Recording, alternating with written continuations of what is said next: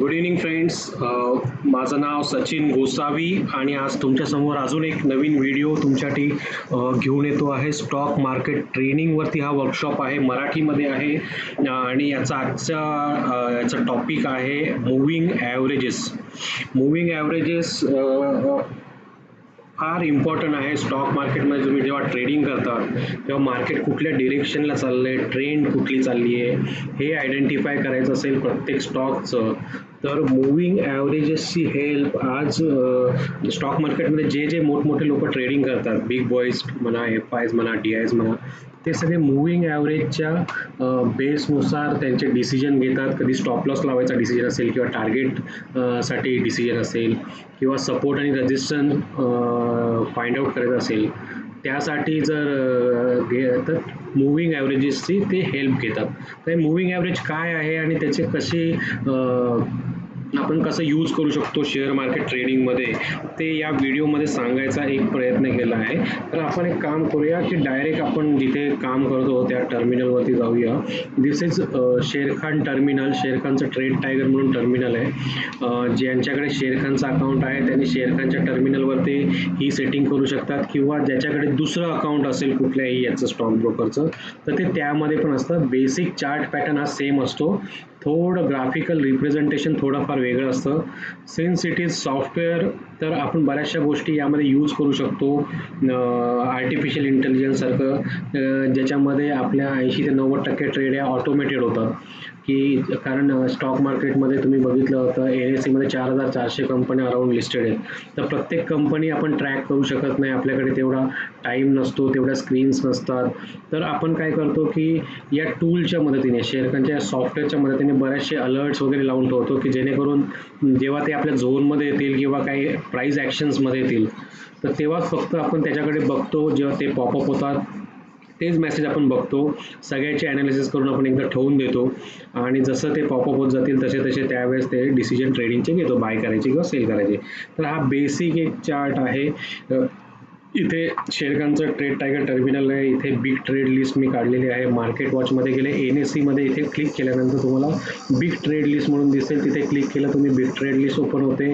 Big trade list open झाल्यानंतर या 144-45 काही कंपन्या आहेत ज्या फंडामेंटली व्हेरी स्ट्रॉंग आहेत, आणि याचे फ्युचर अँड ऑप्शन्स पण आहेत, आणि या कंपनीमध्ये आपण ट्रेड करू शकतो.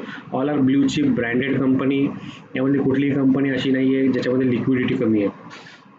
आता समजा हा ACC स्टॉक, हा फर्स्ट ACC आहे, तो क्लिक केला मी, ओपन केला, आणि इथे समजा इथे राईट साईडला एंडला, राईट साईड खालती तुम्हाला दिसतंय की ते डेली आहे. इथे जर मी क्लिक केलं तर इथे एक विंडो ओपन होते. त्यामध्ये वरच्या ज्या आहेत त्या एका दिवसाचे चार्ट कुठले ओपन करायचे असेल, 1 मिनिटाचा, 3 मिनिटाचा, 5 मिनिटाचा, 10 मिनिटाचा, तर 15 मिनिटाचा, 30 मिनिटाचा, सपोज मी तुम्हाला 15 मिनिट, तर इथे ओपन करू शकतो डायरेक्ट क्लिक करून.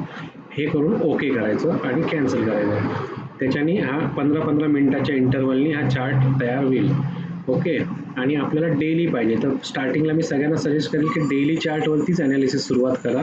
आणि जशी चार्टिंग टेक्नॉलॉजी मी तुम्हाला स्ट्रॅटेजी शिकवली होती, आधी कर्व ॲनालिसिस करायचं, ट्रेंड ॲनालिसिस करायचं, आणि नंतर झोनिंग, डिमांड झोन आणि सप्लाय झोन काढायचं. तर त्यातलं सेकंड ॲनालिसिस जो आहे, ट्रेंड ॲनालिसिस, तो काढण्याची एकदम सोपी पद्धत आहे. एक मूव्हिंग ॲव्हरेज कॉन्सेप्ट आहे. मूव्हिंग ॲव्हरेज म्हणजे काय, की आपल्याला आजच्या करंट डेटच्या कॅन्डलपासून नंबर ऑफ कॅन्डल्सचा एक संच करून त्याचा ॲव्हरेज प्राईस किती असेल. सपोज मी सांगितलं 8 डेज सिम्पल मूव्हिंग ॲव्हरेज, त्याचं कसं येईल, 8SMA सिम्पल मूव्हिंग ॲव्हरेज. म्हणजे काय, आजची कॅन्डल, करंट कॅन्डल पकडून मागच्या 8 कॅन्डल, मग त्या डेली असो, वीकली असो, ज्या टाईम फ्रेममध्ये आपण तुम्ही ठरवणार ते कॅल्क्युलेट करते आणि त्याचा ॲव्हरेज काढून एक प्राईस प्लॉट करते. तर आता ते कुठले कुठले मूव्हिंग ॲव्हरेज आहे आणि त्याचा इम्पॉर्टन्स काय, आणि ते आपल्या चार्टमध्ये कसे कसे सेट करायचे ते मी दाखवतो. हा आपला बेसिक चार्ट आहे. राईट क्लिक करायचं, स्टडीमध्ये जायचं, स्टडीमध्ये ॲड स्टडी करायचं. ॲड स्टडी केल्यावर तुम्हाला एक विंडो ओपन होईल. त्यामध्ये गेल्यावर इथे क्लिक केल्यावरती तुम्हाला मूव्हिंग ॲव्हरेज दिसेल, ॲव्हरेज. त्याच्यामध्ये S म्हणजे सिम्पल, E म्हणजे एक्सपोनेन्शियल, T टी म्हणजे माहिती नाही मला, व्ही म्हणजे वेटेड ॲव्हरेज आणि व्ही व्हॉल्युमेट्रिक काहीतरी असेल. पण बेसिकली हे सिम्पल आणि एक्सपोनेन्शियल. पहिले सिम्पल जास्ती वापरायचे, पण मी एक्सपोनेन्शियल वापरतो कारण मोर रिसेंट डाटाला जास्त एक्सपोनेन्शियलमध्ये वेटेज दिलं असतं. तुम्हाला जास्ती माहिती याच्यापेक्षा मुव्हिंग ॲव्हरेजमध्ये पाहिजे असेल तर तुम्ही गुगल पण करू शकता. आता याच्यामध्ये ॲव्हरेज पिरियड म्हणजे नंबर ऑफ किती कॅन्डल कन्सिडर करायच्या मुव्हिंग ॲव्हरेजसाठी ते इथे दिलं आहे. तर समजा मी एक विचार केला की इथे मी एक्सपोनेन्शियल 200 म्हणजे मागच्या 200 दिवसाची ॲव्हरेज प्राईस मला एक प्लॉट करून हा ग्राफ दाखवेल आणि याला मला कळायला पाहिजे म्हणून एक ते सब ग्राफ आहे. सब ग्राफमध्ये मी थोडी थिकनेस वाढवली आणि एकच कलर ठेवला, मला कन्फ्युजन नको म्हणून एकच कलर ठेवला. तर कुठला कलर ठेवूया तुम्ही सांगाल तो कलर मी इथे ठेवतो. सपोज आपण ठेवूया पिंक कलर. ओके, दोन्ही साईडला आपण पिंक कलर ठेवू. फक्त हे तुमच्या लक्षात राहायला पाहिजे, नंतर जेव्हा ग्राफिकल रिप्रेझेंटेशन होईल तेव्हा तुम्हाला फक्त ग्राफ बघून समजायला पाहिजे की तुमची ही जी लाईन आहे ती कशी आहे म्हणजे. ओके, तर ॲप्लाय केलं मी आणि ओके, ही लाईन एक प्लॉट झाली. तुम्हाला दिसते 200 दिवसाची मुव्हिंग ॲव्हरेज. मग आता मागचा इतिहास जर बघितला मी आणि याच्यातून काय साध्य होतं आपल्याला जर बघितलं तर मागच्या 200 दिवसाचं ॲव्हरेज केला तर आजच्या घडीला ही प्राईस इथे आहे. समजा मागच्या 200 दिवसाचा जर ॲव्हरेज प्राईस पकडली तर या कंपनीची प्राईस ॲक्च्युली इथे असायला पाहिजे 1347 रुपयाला, पण ती कुठे आहे, खालती आहे.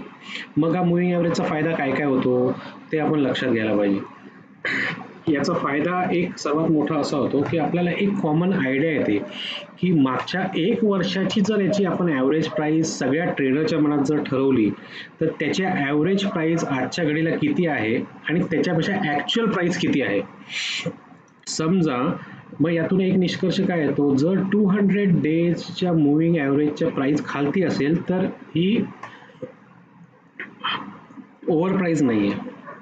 ओके, ही प्राईस आपली होलसेल प्राईस आहे, यामध्ये आपण घेऊ शकतो आणि ही ॲव्हरेज प्राईस आहे, याच्यामध्ये पण आपण विकू शकतो किंवा कधी कधी याच्या वरती गेली ही रिटेल प्राईस याची.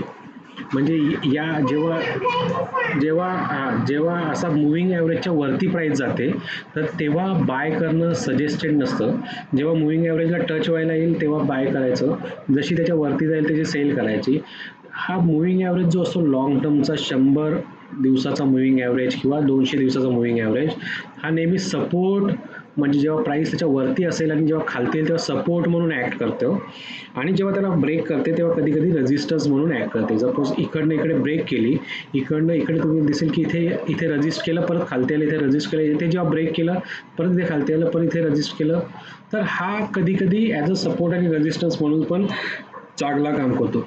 दुसरा मुव्हिंग ॲव्हरेज आपण इकडे काढणार आहे. जसा हा 200चा काढला तसं आपल्याला 3 मुव्हिंग ॲव्हरेज इथे काढायचे. That is suggestible. म्हणजे मला पण हे 4 मुव्हिंग ॲव्हरेज जनरली मी बघतो, त्याच्याने आपल्याला जनरली आयडिया येते की लॉंग टर्म इन्व्हेस्टरच्या डोक्यामध्ये काय चाललं आहे, तो कुठले प्राईस घेऊन बसला असेल किंवा मिडियम टर्म इन्व्हेस्टर असतील त्यांच्या डोक्यामध्ये काय प्राईस रेंज असेल किंवा शॉर्ट टर्म जे इंट्राडे ट्रेडर आहेत माझ्यासारखे त्यांच्या डोक्यामध्ये काय चाललं आहे हे सगळं बघण्यासाठी, ट्रेंड ॲनालिसिस करण्यासाठी मुव्हिंग ॲव्हरेजेसचा भरपूर फायदा होतो.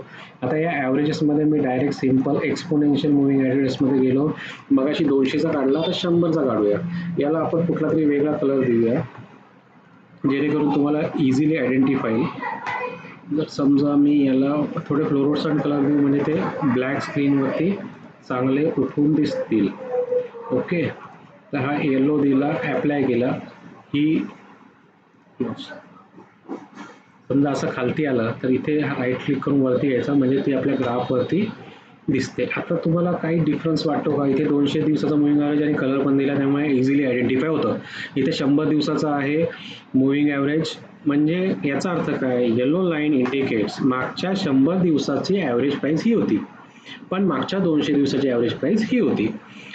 तर मग काही जण असतात मीडियम टर्म असतात, तर कधी कधी इकडनं पण तुम्हाला ॲज अ रेजिस्टन्स किंवा sometime it as a support, तर ते डिसिजन घेण्यासाठी तुम्हाला फायदा होतो की इकडनं रिव्हर्स का गेली, तर इथे 100 दिवसाचा मुव्हिंग ॲव्हरेज होता, त्याला टच करून प्राईस परत खालती गेली आणि परत इथे येऊ शकते. त्यात काही मोठी गोष्ट नाही आहे. अजून दोन महत्त्वाचे मुव्हिंग ॲव्हरेज आहेत, ते पहिले ॲड करूया. मी सगळ्यांना सजेस्ट करेल की तुम्ही सगळ्यांनी हे चारही मुव्हिंग ॲव्हरेज ॲड करा. सगळे moving average exponential moving average आहेत. आता याच्यानंतर एक आहे 50. 100 झालं, 200 झालं, 100 झालं, 50 झालं. याचा एक सबग्राफमध्ये आपण एक काम करूया, याला ग्रीन लाईन, ग्रीनच देऊया कलर, चांगला असतो ग्रीन कलर. ओके, आणि इथे अप्लाय केला. ग्रीन लाईन दिसली तुम्हाला.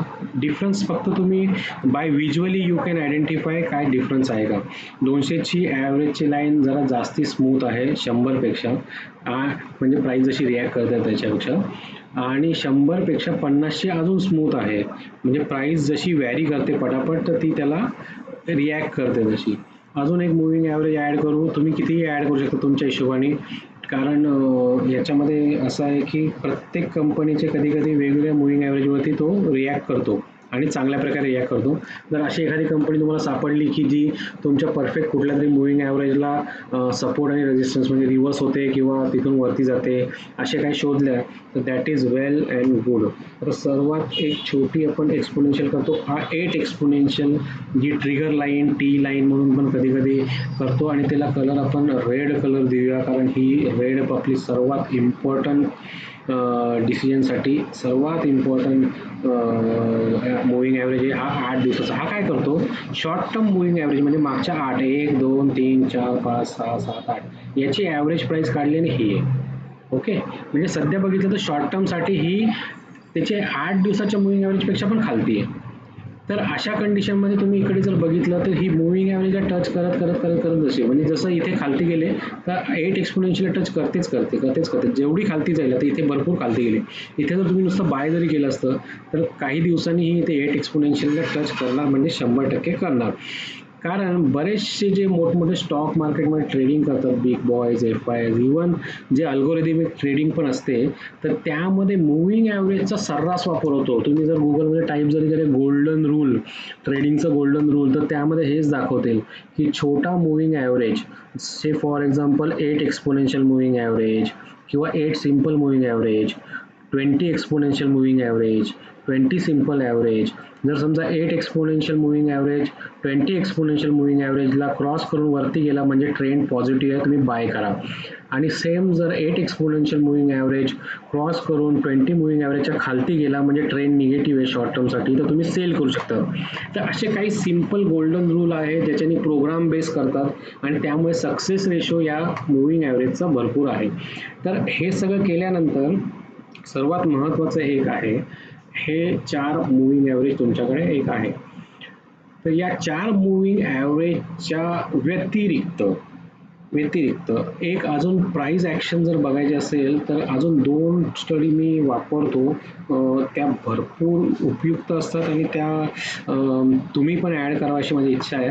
त्यामुळे सर्वात इम्पॉर्टंट आहे pivot study. Pivot study pivot study pivot study इथे डेलीची सेटिंग करू शकतो तुम्ही. इथे फॉर्मॅटमध्ये इथे हे पण दिसेल dash dash dash dash. Dash नसेल पाहिजे असेल, सॉलिड पाहिजे असेल सॉलिड करू शकता, सगळ्या. ओके, पिव्होट पॉईंट काय सांगतं की जर डेली पिव्होट लाईन आपण काढल्या, ओके, तर मागच्या दिवसामध्ये किंवा मागच्या काही दिवसांमध्ये मॅक्झिमम कुठल्या पॉईंटला बाईंग आणि ॲव्हरेज सेलिंग झाली ते पॉईंट प्लॉट करतात आणि आपल्याला एक लेवल प्रोव्हाइड करतात की जेणेकरून ते आपण सेफ ट्रेडिंग करू शकतो. आणि पुढे नंतर मी शिकवेल की बाबा डायनॅमिक 1 क्लिक फिल्टर करून अल्गो ट्रेडिंग आपण फुकटमध्ये कसं काय वापरू शकतो ट्रेड टायगरच्या सॉफ्टवेअरमध्ये. तर हे मी एक पिव्होटचं तुमच्यासाठी इथे अप्लाय केलं आणि इथे मी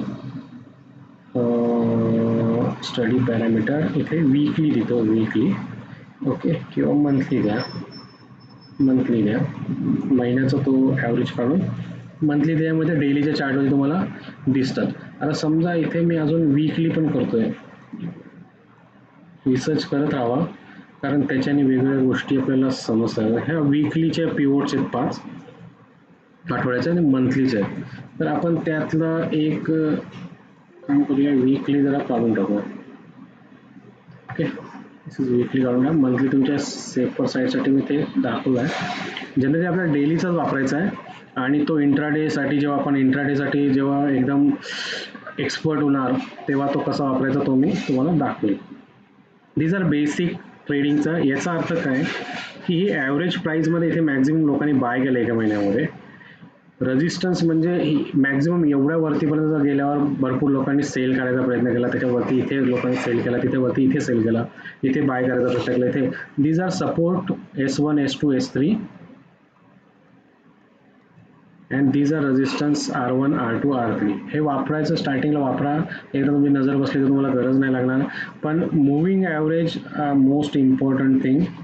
मुव्हिंग ॲव्हरेज नंतर आपण हे पण एक सेकंड इंडिकेटर म्हणून चेक करतो की बाबा प्राईस जर इथे कुठे या कुठल्याही लाईनीला टच होत असेल, वरती जाताना इथे टच होत असेल तर इथून रिव्हर्स होण्याचे चान्सेस जास्त असतात.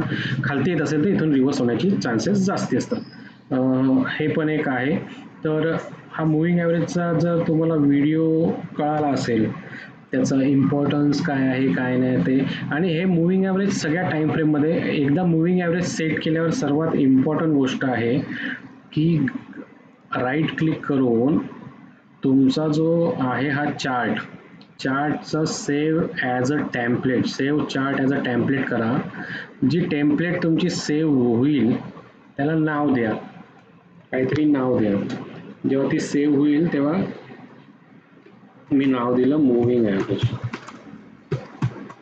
ओके, सेव्ह केले. आणि ही सेव्ह केल्यानंतर आपल्या ग्राफच्या सेटिंगमध्ये इथे राईट क्लिक करा. मी इथे ग्राफच्या सेटिंगमध्ये जाऊन इथे डिफॉल्ट टेम्पलेट म्हणून इथे क्लिक करायचं. डिफॉल्ट टेम्पलेट काढून टाकायचं, क्लिक करायचं आणि इथे सर्च करून इथे डबल क्लिक केलं तर आपली ती विंडो ओपन होईल.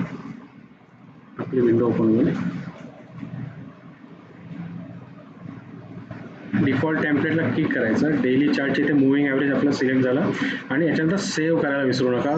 सेव्ह केल्यानंतर तुम्ही हा चार्ट सगळ्यासाठी सगळा सेम राहील. सपोज जर मी आता ह्याच्यानंतर कुठला अशोक लेलँडचा मला बघायचा असेल तर अशोक लेलँडचा डेली चार्ट इथे ओपन झाला आहे. इथे तुम्ही बघू शकता. ओके, एंट्री स्टॉप लॉसची गरज नाही तुम्हाला सध्या. ओके, अशोक लेलँडचे मुव्हिंग ॲव्हरेजेस आहेत. ओके, आता जर सपोज इथे आपण बघितलं तर 8 एक्सपोनेन्शियलला टी लाईनला क्लिक होऊन खालती आली, परत वरती आली. हा अंडर प्राईज आहे अशोक लेलँड. तर जसं आपण झोनिंग टेक्निकमध्ये झोन काढले होते, तर याचा जर डेली जर घ्यायचं असेल तर सर्वात बेस्ट प्राईज याची आहे 35.65, 35.75ला. आणि त्याला आपल्याला S2 मध्ये सपोर्ट पण करायला. ह्या झोनमध्ये आला तर तुम्ही बेस्ट प्राईजनी बाय करू शकता. सेकंड बेस्ट कुठला आहे, जर समजा मी विचार केला की हे S1 is also good for me, मग याच्या आजूबाजूला कुठलं दिसतंय का कॅन्डल, हा तर इथे बेस्ट आहे. तर ह्या प्राईजला मी 40-45ला बाय करू शकतो. सेल कुठे करणार तर नेक्स्ट इकडनं जर या पुढच्या घरात जर गेला तर हा इथून सपोर्ट घेईल. म्हणजे 47 शॉर्ट टर्म टार्गेट झालं, 57 माझं लॉंग टर्म टार्गेट झालं. काही जण मुव्हिंग ॲव्हरेजनी करतात, मुव्हिंग ॲव्हरेजला टच झाला रिव्हर्स होणार त्याला माहिती आहे, तर 52ला टच होऊ शकतो, तर 52 माझं टार्गेट होईल. तर असे मुव्हिंग ॲव्हरेज वापरून पण बाय व्हिज्युअल इफेक्ट, फक्त व्हिज्युअली बघून माणूस ट्रेड करू शकतो की टार्गेट प्राईस किती असेल, सेल प्राईस किती असेल. आणि तर हा व्हिडिओ तुम्हाला जर आवडला असेल तर माझ्या चॅनलला तुम्ही सबस्क्राईब करा आणि हा व्हिडिओ मॅक्झिमम लोकांपर्यंत पोचवा. या व्हिडिओमध्ये तुम्हाला जर काही डिफिकल्टी असेल तर मला कमेंट बॉक्समध्ये माझा इथे नंबर दिलेला आहे, त्या कमेंट बॉक्समध्ये मला पाठवा की बाबा हे मला कळलं नाही आहे, याचा अर्थ काय, हे वापरू का नको वापरू का. तुम्हाला शेअर करायचं असेल कोणाला, जर मराठीमध्ये शेअर मार्केटबद्दल ज्ञान पाहिजे असेल तर त्यांना हा पाठवा, त्यांना ऐकू द्या. कारण ज्ञान हे जेवढं तुम्ही स्प्रेड करतील तेवढं वाढेल तेवढं चांगलं आहे. आणि काही इश्यू असेल, तुम्हाला काही वाटलं असेल की काय, मला कॉल करा. All the best and safe trading.